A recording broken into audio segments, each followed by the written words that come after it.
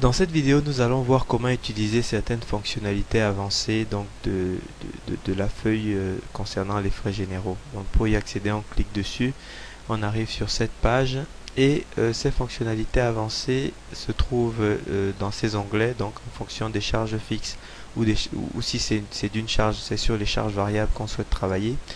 S'il s'agit des charges fixes, donc vous cliquez dessus, vous arrivez sur cette page et ici vous pouvez vous retrouvez la liste de toutes les charges qu'on avait déjà ici sur la page principale.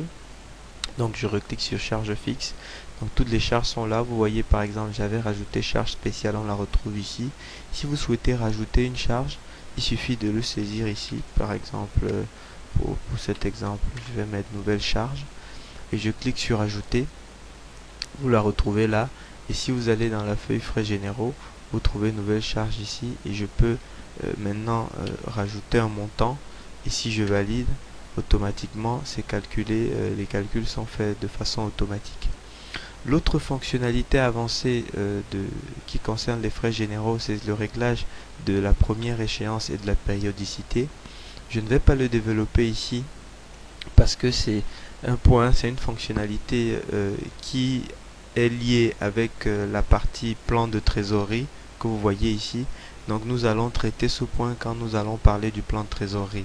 Mais pour l'instant, je voulais simplement vous dire que ça existe et que ici vous paramétrez la première échéance, c'est-à-dire à partir de quand est-ce que vous payez chacune des charges et la périodicité, c'est-à-dire est-ce que vous payez, vous réglez, vous recevez les factures tous les mois, tous les 2 mois, tous les 3 mois, tous les 6 mois, ainsi de suite.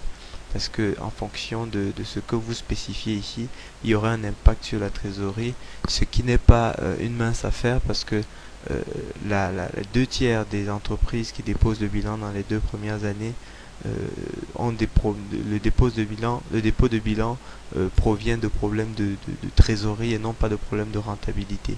Donc c'est extrêmement important d'avoir un plan de trésorerie suffisamment précis dans les premières activités, dans les 18 à 24 premiers mois de votre activité. Mais nous verrons comment cette fonctionnalité impacte la trésorerie lorsque nous aborderons le point trésorerie.